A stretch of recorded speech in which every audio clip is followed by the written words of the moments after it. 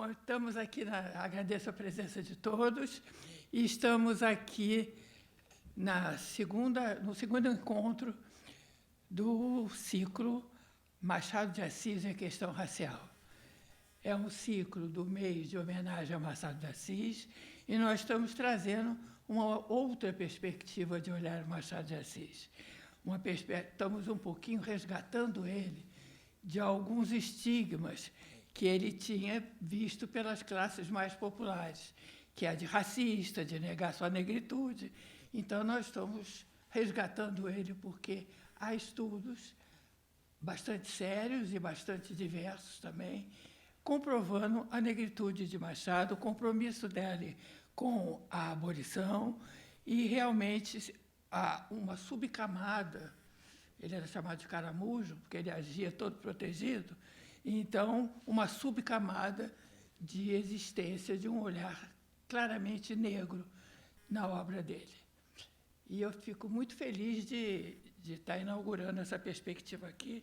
É o presente de aniversário que a gente tem para ele. Hoje, quem vai falar é a professora Ana Flávia Magalhães Pinto, e a palestra que ela vai dar é Era de Cor como Eu, racismo e antirracismo na trajetória de Machado de Assis. Eu acho que a presença de Ana Flávia aqui é um privilégio para nós, porque a Ana... Posso chamar de Ana ou é Ana Flávia? Ana. Então, vamos. Porque a Ana é uma profissional, uma pesquisadora e uma professora universitária bastante especial pelo trabalho dela de pesquisar uma coisa onde ela é referência e que é da maior importância para a gente pesquisar tanto Machado quanto os outros intelectuais negros. Ela trabalha as redes de intelectuais que se formaram no século XIX e depois na viradinha para o XX. Então, ela está mapeando aqui, nos oferecendo essa rede com uma certa cartografia da posição deles no campo intelectual naquele momento, o que é uma coisa de uma riqueza e fundamental, inclusive. Para a gente pensar hoje, a gente tem que ir para as bases.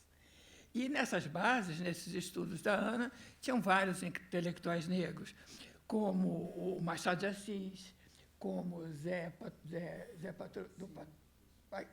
do Patrocínio, e outros que a Ana traça individualmente e também sua constituição em rede, que eu acho a coisa mais importante, que é uma formação sólida da intelectualidade negra, que hoje está multiplicada, mas que era bem oculta no século XIX, né?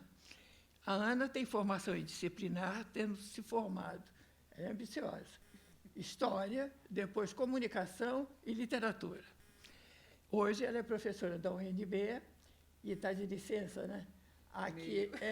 Aqui para dirigir o Arquivo Nacional. Eu queria só pensar um minutinho a importância de dirigir um Arquivo Nacional. Arquivo não é brincadeira. Arquivo, hoje, a gente tem algumas pesquisas mostrando que a classificação que o arquivo pede para ser constituído é totalmente subjetiva, arbitrária e contextual. Então, você mudar a perspectiva, ela é uma mulher negra, você mudar essa perspectiva de olhar para classificar, você faz assim com a pesquisa, com a história que você está contando. Cada arquivo conta uma história, né? E é uma história do segmento social que o inventou. Então, a presença da Ana é super promissora, porque ela vai olhar nosso Arquivo Nacional com um olhar diferente, um olhar novo do que a gente tinha até hoje, onde nunca tinha havido como diretor uma pessoa negra ou branca. Ou branca não, branca está sobrando. Negra, ou melhor, uma mulher negra. Então, ela dirigiu o arquivo, é uma coisa maravilhosa, mas mais maravilhosa ainda pela perspectiva que ela vai trazer ao Arquivo Nacional. Ela tem vários livros, sendo mais conhecido Liberdade, Escritos da Liberdade, publicado pela Unicamp, que hoje é uma referência, também tem a imprensa negra no século XIX, também tem pensadores negros e griots da diáspora negra. E então, fala, Ana.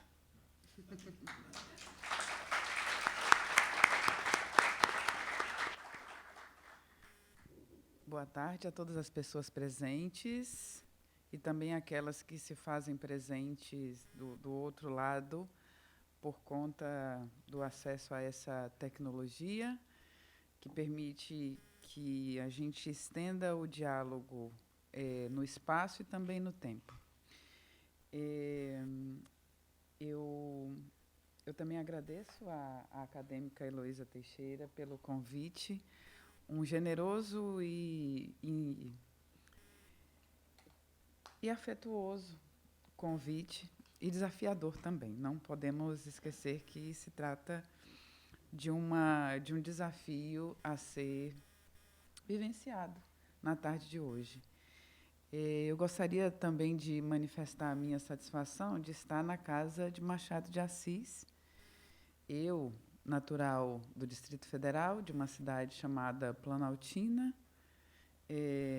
que há algumas décadas frequento, ando por essa cidade do Rio de Janeiro, entabulando conversas fantásticas, certamente, com meus interlocutores do passado no presente, sendo Machado de Assis talvez o meu favorito.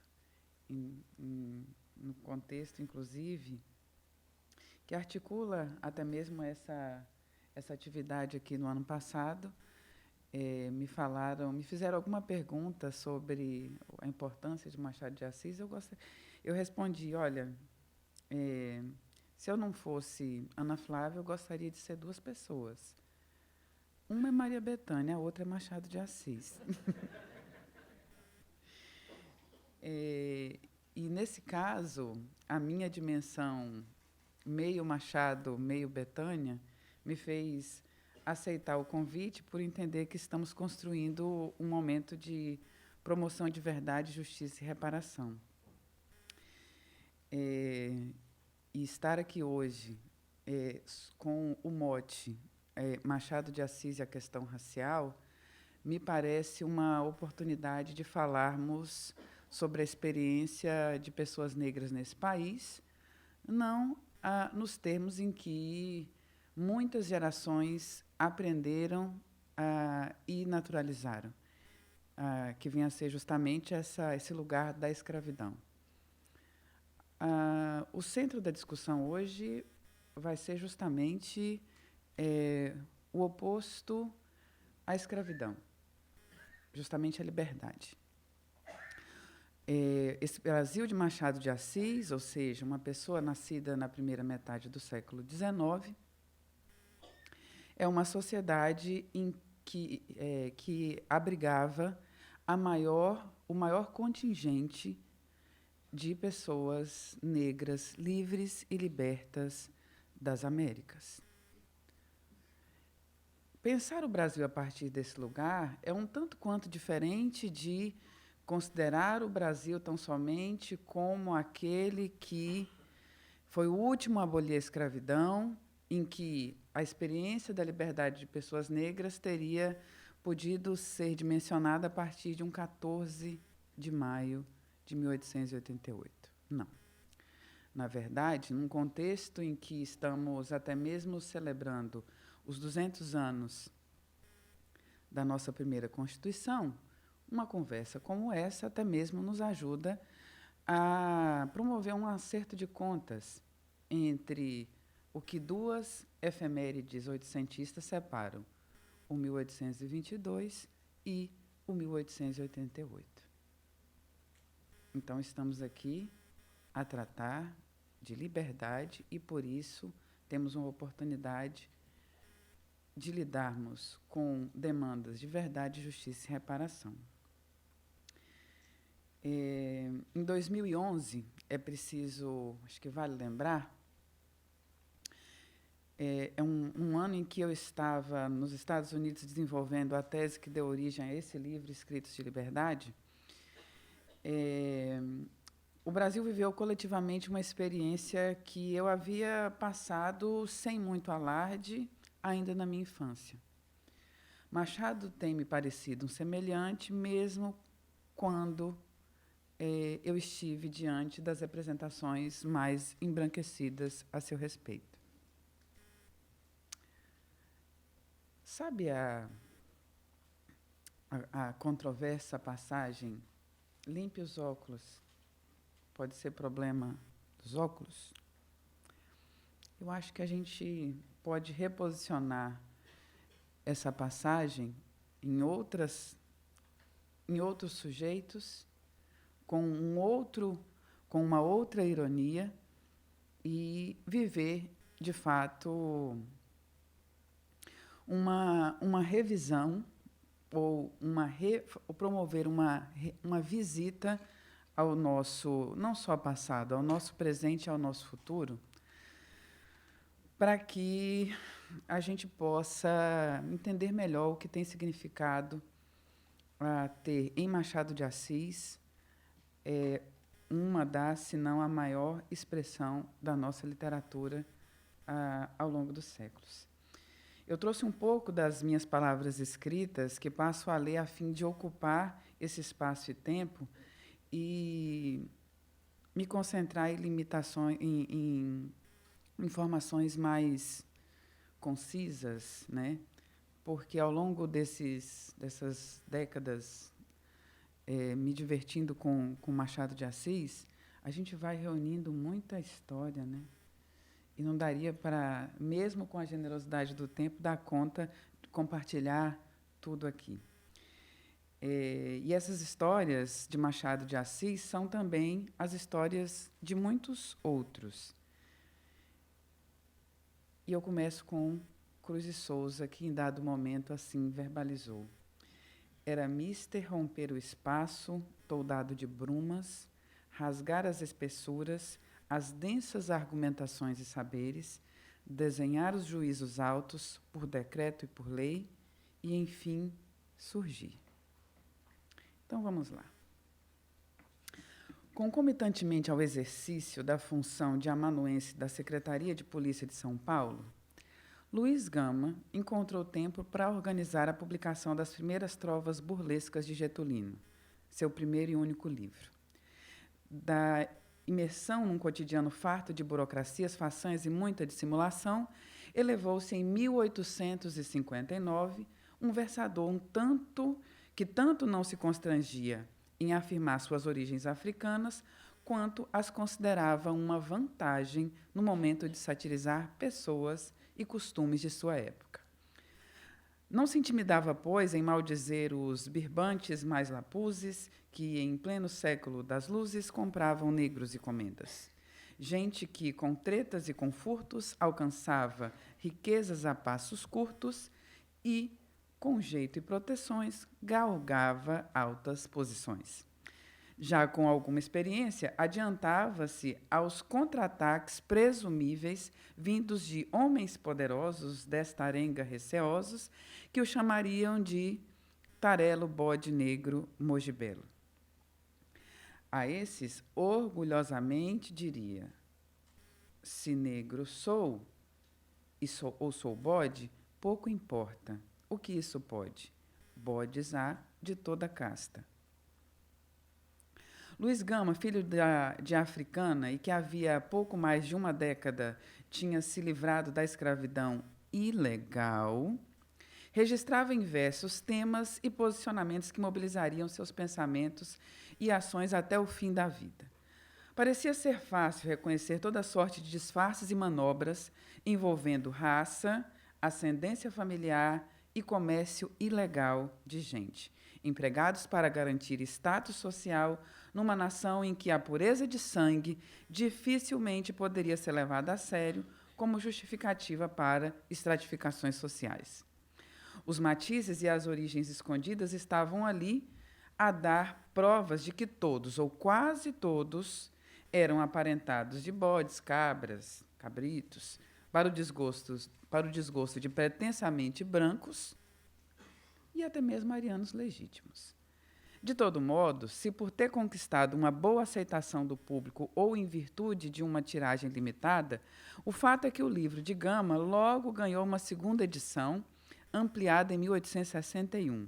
Dessa vez, não mais publicada pela Tipografia 2 de Dezembro, de São Paulo, mas pela Pinheiro e Companhia, do Rio de Janeiro. A propósito, nesse mesmo contexto, a corte era palco para a atuação empenhada de outro moço de pele escura, também muito incomodado com os obstáculos interpostos ao engrandecimento da nação. Filho deste século, em cujas veias ferve o licor da esperança, Joaquim Maria Machado de Assis, aos 20 anos, quase uma década mais jovem que Luiz Gama, não se intimidava em apostar em meios para que se alcançasse o desaparecimento das fronteiras sociais, em suas palavras, o que, em sua opinião, passaria pelo desenvolvimento das letras e da educação nacional. Ademais, dava a entender que homens como ele deveriam assumir o protagonismo da ação. Abre aspas. No estado atual das coisas, a literatura não pode ser perfeitamente um culto, um dogma intelectual, e o literato não pode aspirar a uma existência independente, mas sim tornar-se um homem social, participando dos movimentos da sociedade em que vive e de que depende. Conforme registrou nas páginas da Marmota, em abril de 1858, no artigo O Passado, o Presente e o Futuro da Literatura. Os agentes da transformação teriam poucas chances, de sucesso em sua missão, caso não reconhecessem até mesmo o papel, desses espaços, como a literatura praticada nos jornais, e todo esse ambiente era visto por Machado como um sintoma de democracia, uma hóstia social de comunhão pública. E para Machado, o jornal era o espaço por meio do qual se vivia, uma construção social capaz de abalar o globo, fazendo uma revolução na ordem social, tendo ainda a vantagem de dar uma posição ao homem de letras, porque ele diz ao talento: trabalha, vive pela ideia e cumpre as leis da criação. Reconhecendo que há diferentes modos de uma mesma pessoa acreditar em algo ao longo da vida, é possível dizer que Machado de Assis jamais abandonou essa crença no diálogo, no debate público e na experiência coletiva, social. Das cambaleantes primeiras investidas em prosa, as ideias vagas publicadas na Marmota Fluminense, de Francisco de Paula Brito, Um Homem Negro. Ainda em 1856, as instigantes crônicas publicadas na Gazeta de Notícia, nos anos 1880 e 1890, entre outras obras posteriores, a simpatia de Machado pelo jornal não se extinguiu. Ao contrário, por convicção, condições afetivas ou ambos os fatores, foi graças às folhas dos periódicos que chegou aos leitores boa parte da produção literária desse nosso estimado escritor.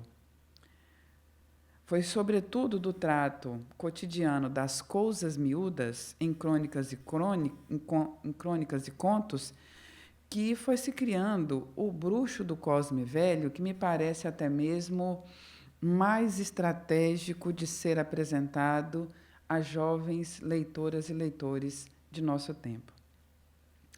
Essa fé nos jornais, aliás, ganhou outras demonstrações empíricas nas trajetórias de sujeitos como Luiz Gama, Ferreira de Menezes, José do Patrocínio, para ficarmos em algumas figuras ali atuantes nos anos de 1860.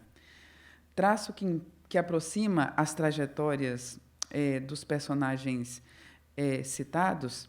A aposta pessoal, política e profissional na imprensa, entretanto, não figura como o único elo entre eles.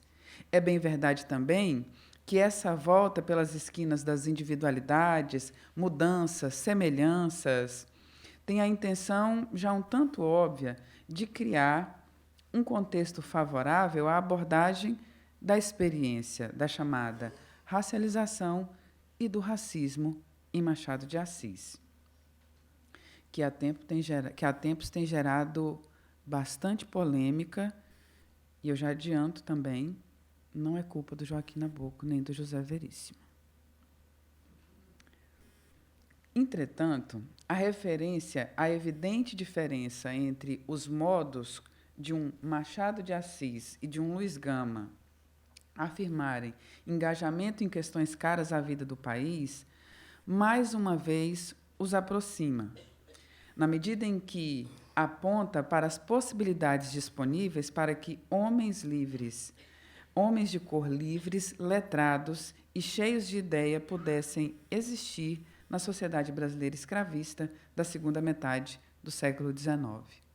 Nesse ponto é importante que a gente chame a atenção para que, entre aparentes polos opostos, um de uma descrição, outro de uma desenvoltura pública desconcertante, muitas vezes, nós temos uma infinidade de outras possibilidades que faz com que tenhamos que retirar esses sujeitos de um enquadramento via excepcionalidade e pensar justamente no quanto que, num país que, naquela época, já respondia por uma ampla presença de gente negra livre na liberdade, como que essas vidas se fizeram possíveis.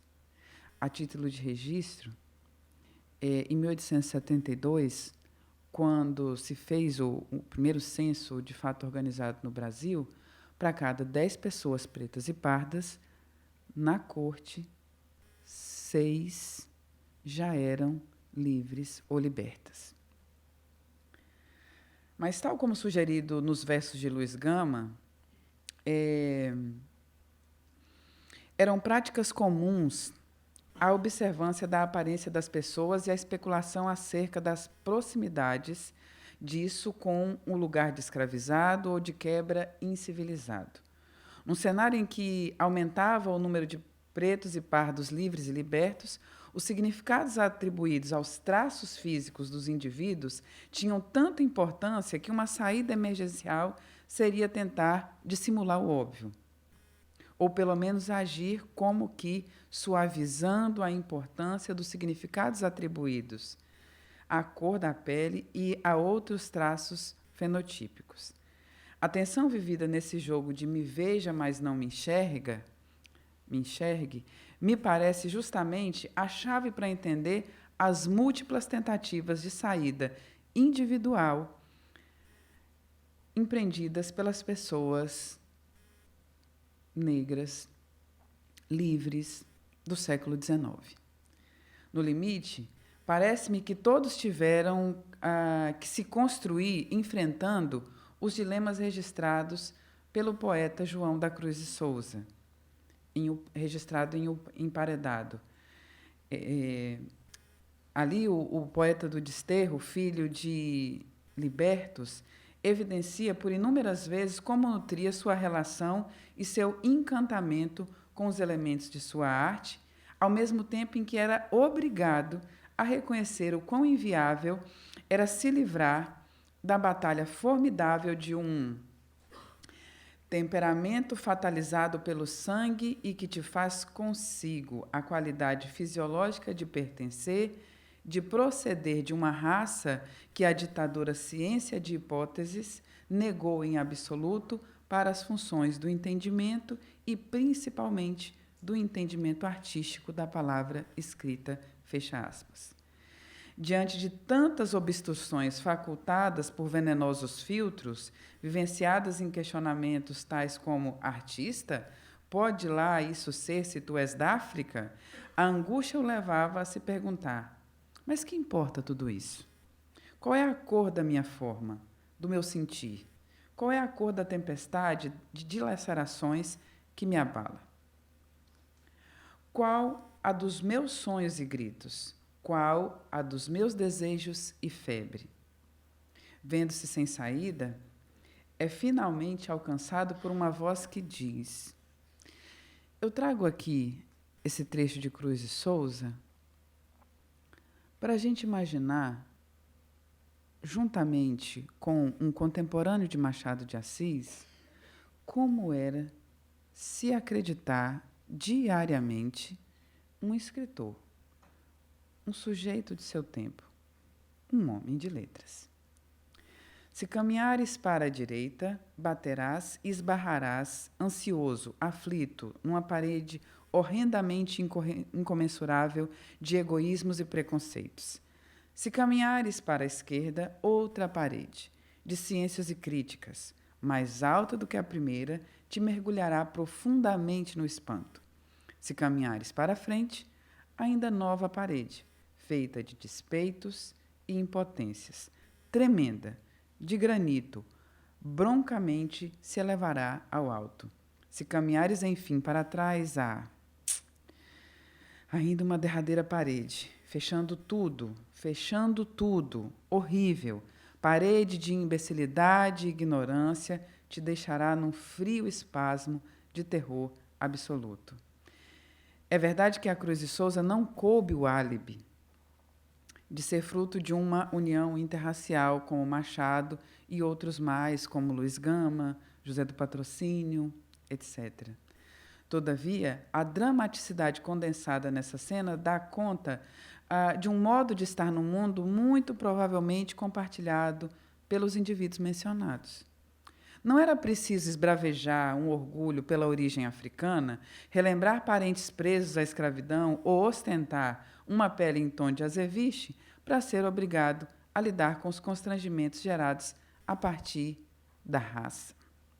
Por outro lado, ao não fazê-lo, corria-se o risco da acusação de negro de alma branca, alienado político, traidor da raça, como aconteceu até mesmo a Cruz de Souza. Isso, aliás, é também um dado da história do nosso Machado. Há pessoas como ele, e como eles, o afirmar-se simplesmente como um homem soava como um certo exagero ou uma incompletude naquela sociedade, tanto que, invariavelmente, eram lembrados de sua origem racial por amigos, inimigos, críticos e demais contemporâneos. O que pretendo, pois, discutir não é se Machado era indiretamente ou não, na verdade, indiferente ou não, aos problemas vividos por pessoas negras escravizadas, libertas e livres, mas tão somente evidenciar como ele e os demais homens de cor mencionados vivenciaram experiências semelhantes no espaço temporal compartilhado. Afinal, o mito de que Machado de Assis quis se passar por branco e não se interessou pelos sentidos da escravidão e da liberdade e pelas manifestações do racismo, temas que mobilizaram corações e mentes do seu tempo, tem sido minuciosamente desconstruído por diversos pesquisadores. E isso não é recente. Se observarmos jornais da imprensa negra da primeira metade do século XIX, Machado de Assis não era um escritor estranho às lutas das populações desse país. O que proponho aqui, portanto, é evidenciar o quanto a trajetória de Machado, como um descendente de africanos, se aproxima das de tantos outros seus contemporâneos com as mesmas origens, e como ele poderia objetivamente enxergar tudo isso a ponto de registrar subjetivamente em seus escritos, como de fato fez, e tem sido um exemplo bastante interessante desses recentes, é o que tem sido feito pelo nosso querido Eduardo de Assis Duarte. Para tanto, mais do que promover um mergulho em fontes inéditas, me interessa recapitular episódios por meio dos quais nós possamos refletir sobre como o que chamamos hoje de racismo e antirracismo fundamentaram e atravessaram a trajetória de Machado de Assis e as memórias construídas a seu e ao nosso respeito. Boa parte dessa documentação tem sido bastante mobilizada. Cartas, os próprios textos, nada que ficou escondido em alguma gaveta ou arquivo que tenha se perdido, né, por meio da degradação do tempo. Eu gosto de lembrar o fato de que a primeira vez que me falaram da trajetória de Machado de Assis, me disseram que Machado era filho de um liberto. E me falaram que o pai de Machado de Assis, Francisco José de Assis, era um liberto porque a informação que se tinha era de que ele era um homem pardo. Um pardo no século XIX, por certo, teria que ter um vínculo direto com a escravidão. Bom, o nosso Francisco José de Assis era filho de libertos.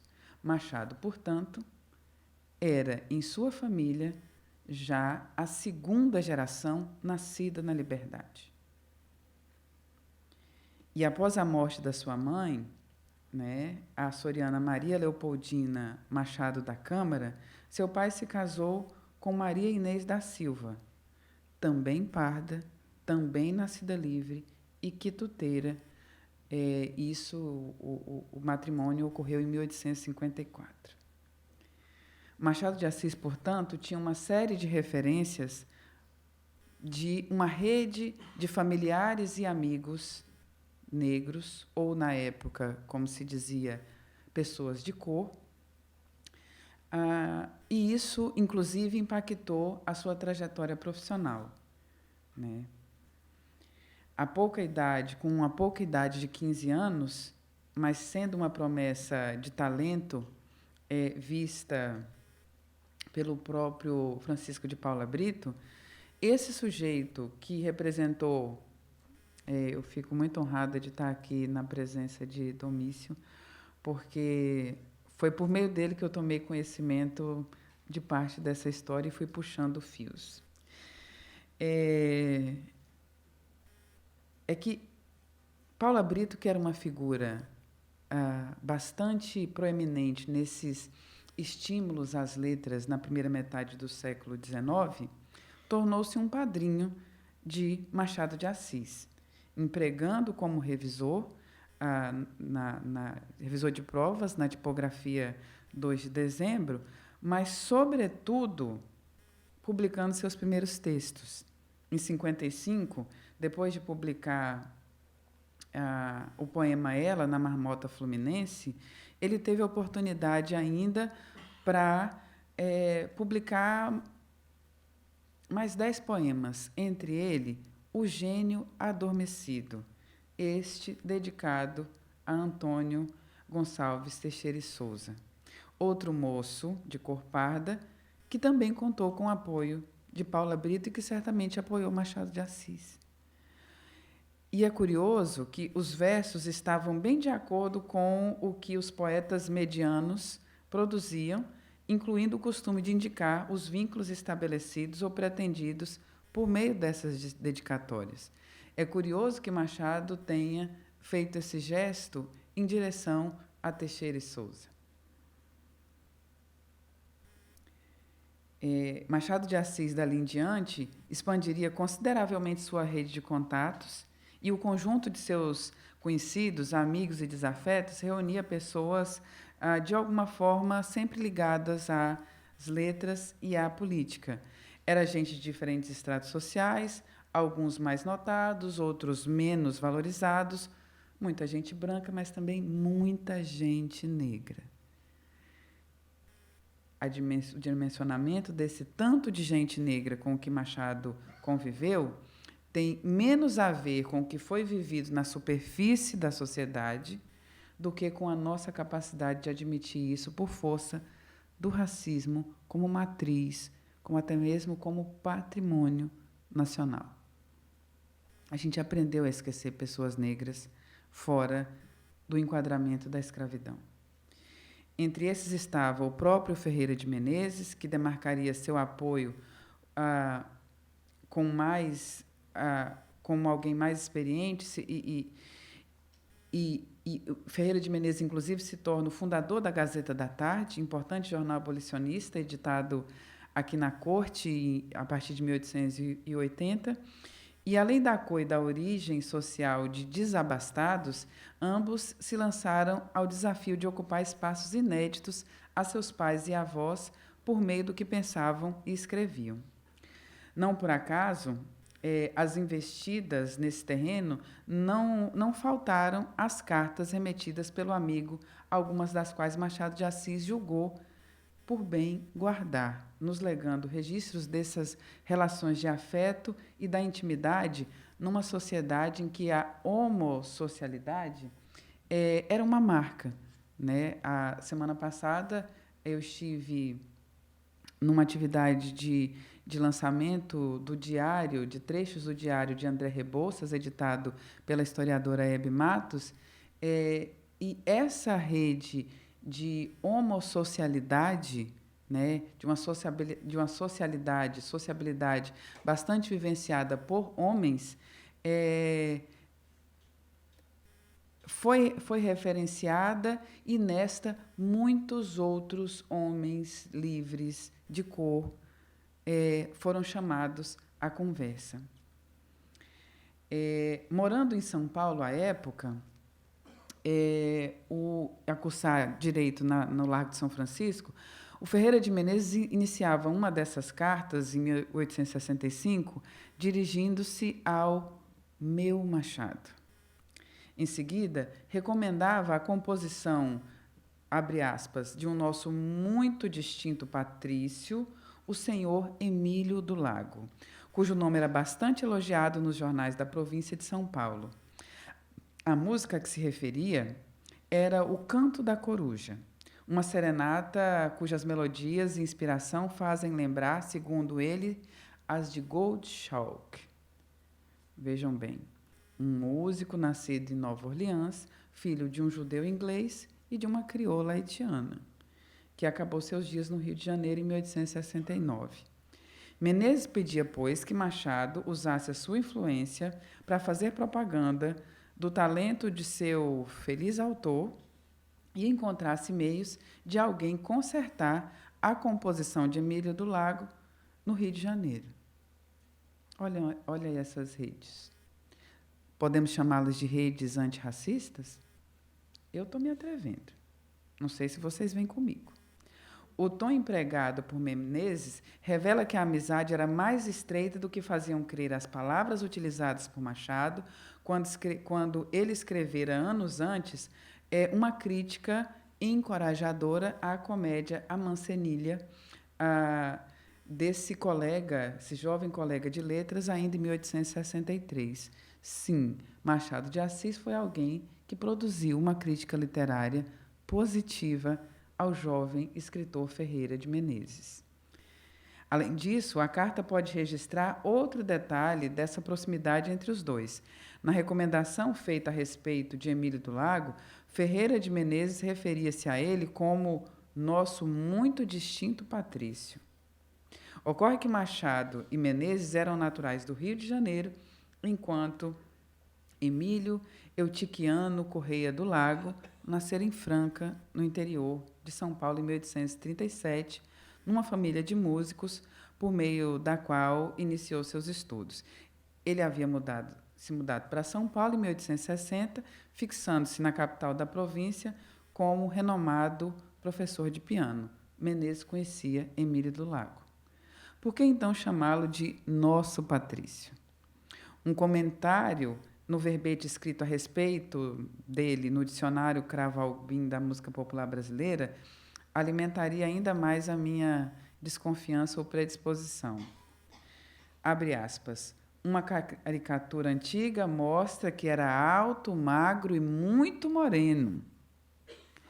Teria sido mesmo esse o significado do comentário de Ferreira de Menezes, que já havia algum tempo já convivia com Luiz Gama, que tinha mania de chamar outras pessoas de cor de parente, de primo, de patrício?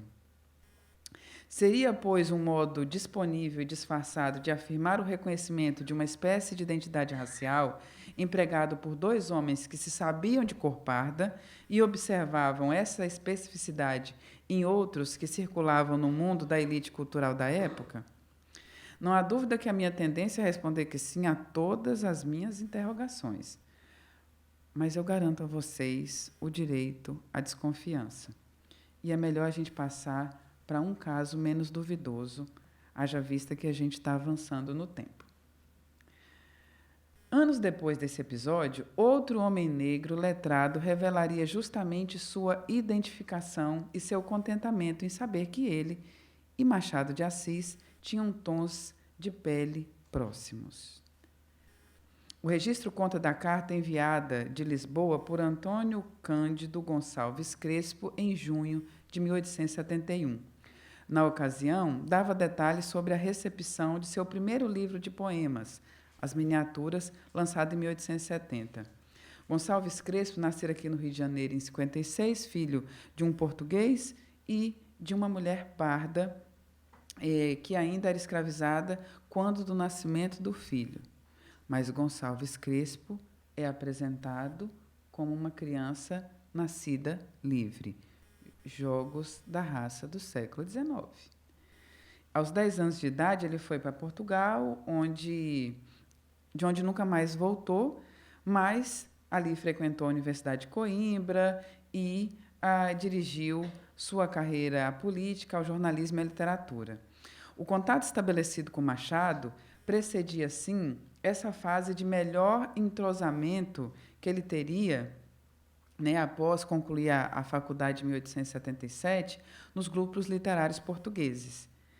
Isso pode ter pesado na decisão de ele enviar exemplares de sua obra para uma lista seleta de 4 escritores brasileiros, a saber, Machado de Assis, Pinheiro Guimarães, José de Alencar e Joaquim Manuel de Macedo.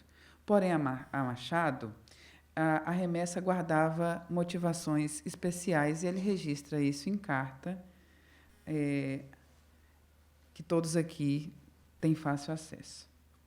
Assim ele disse e escreveu: A Vossa Excelência já eu conhecia de nome há bastante tempo, de nome e por uma secreta simpatia que para si me levou quando me disseram que era de cor como eu.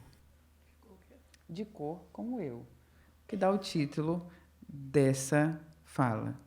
Machado era de cor como eu, Ana Flávia? Sim, mas era de cor como vários outros eus, a começar pelo estimado Gonçalves Crespo, que dá nome de rua, curiosamente, uma rua próxima onde eu passei a residir quando estou aqui no Rio de Janeiro, e que toda vez eu pergunto ao taxista: o senhor sabe quem foi esse Gonçalves Crespo?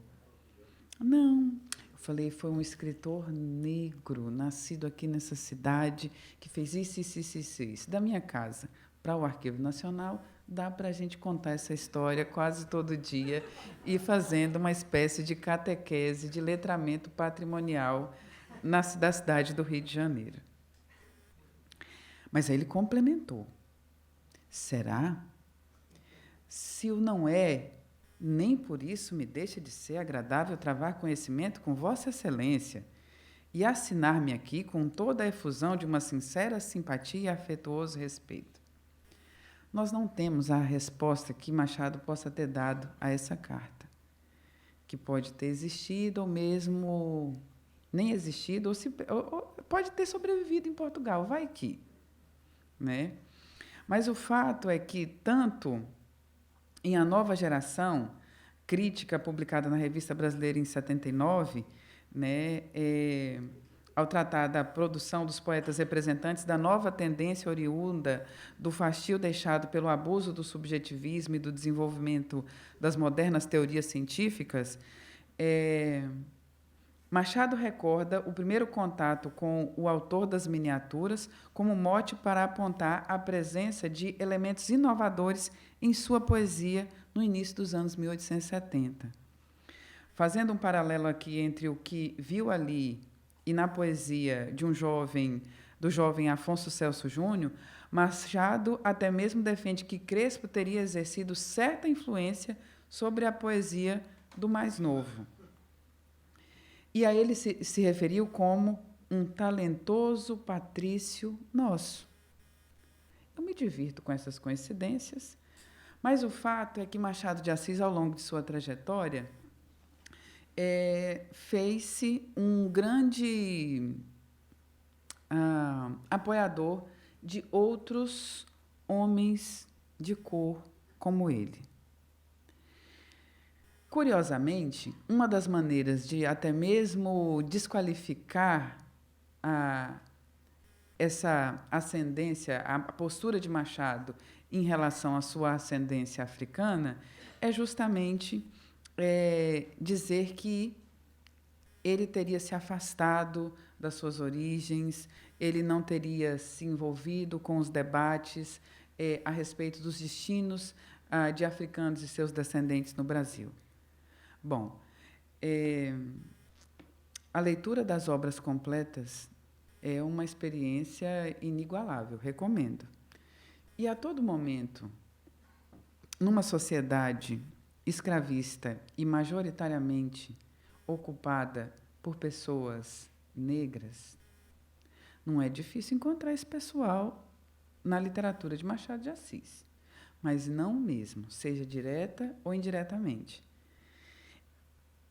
Nesse sentido, a gente precisa problematizar uma matriz de memória e como que o que nós chamamos de pensamento social brasileiro tem construído numa perspectiva de interditar o debate sobre a experiência racial em termos positivos de pessoas negras e de pessoas não negras que não temem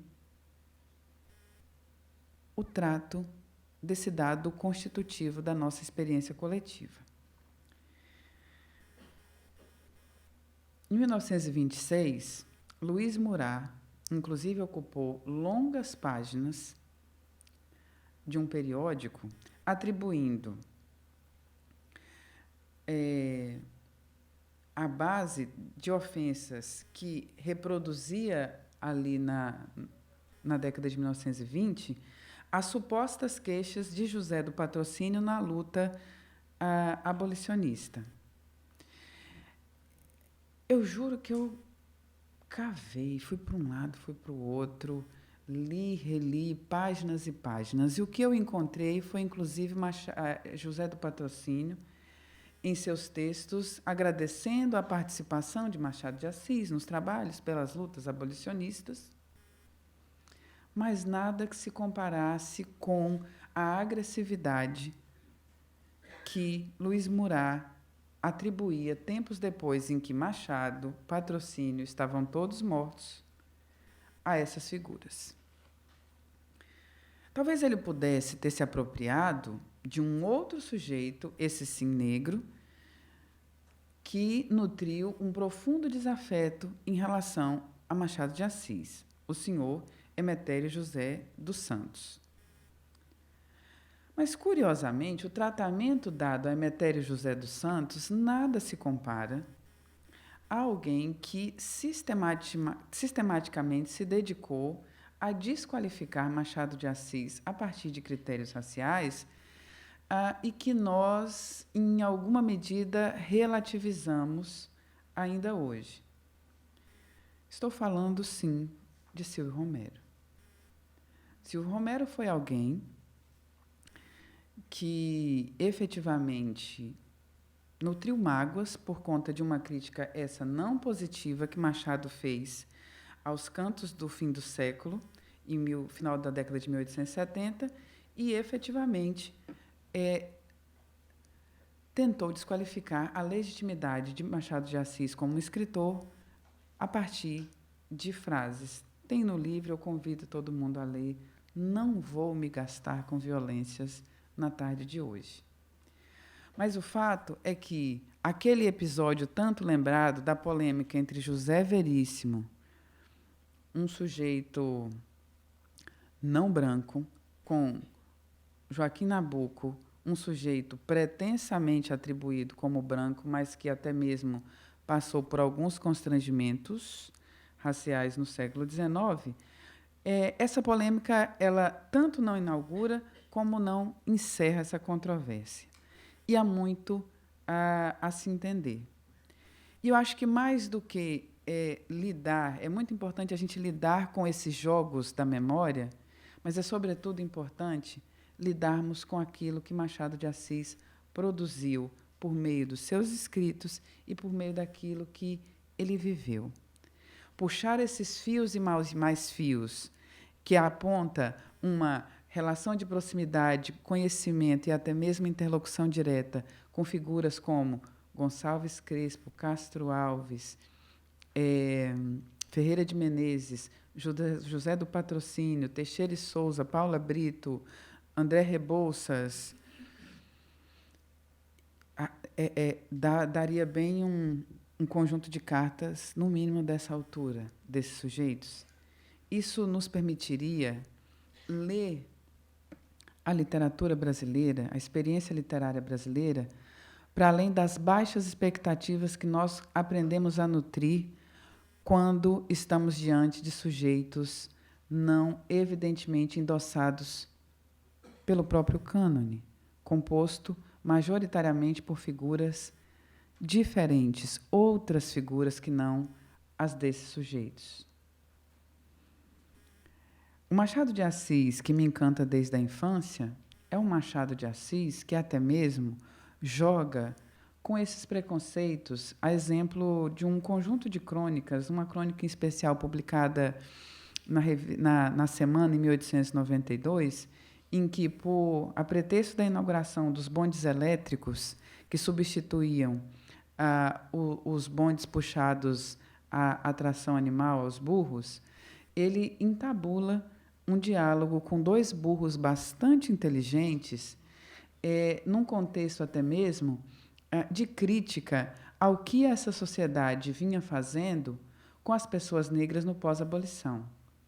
A gente tem uma substituição tecnológica que promete o progresso, e o resultado disso é um agravamento de uma exclusão dos sujeitos muito inteligentes e ativos, como se eles só tivessem uma única destinação: morrer em degradação no espaço público, sob olhos piedosos ou incomodados com essa presença imprópria numa sociedade que se queria moderna, europeia, e como europeia, leia-se branca, ainda que nem a Europa fosse tão branca assim. Obrigada.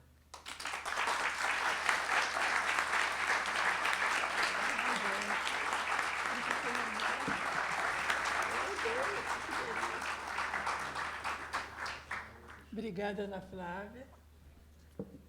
A gente aqui não tem perguntas e respostas, mas a gente queria agradecer muito a você e a tudo que você nos ensinou hoje. Obrigada. Eu agradeço muito, e os diálogos não começam aqui e não se encerram aqui. Há muitas formas de discutir. Recentemente eu vi algo que eu não acompanho, eu chamo de trend em TikTok, em que brincavam com os sotaques brasileiros, os possíveis sotaques brasileiros de Machado. Acho que a gente está precisando treinar isso, para além dessas frases canônicas, esses trechos que permitem enxergar um Machado que vai além do cânone. Acho que no contexto do 21 vale a pena puxar uma trend. O que você leu do Machado que enxergava pessoas negras e também se enxergava negro? Fica a dica. Muito bom. Obrigada, Pedro.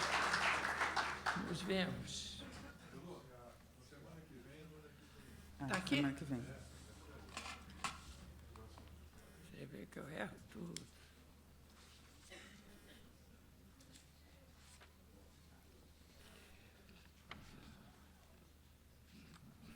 Próximos eventos é o filme Esperança Garcia, Zezé Mota, quinta-feira, às 17h30.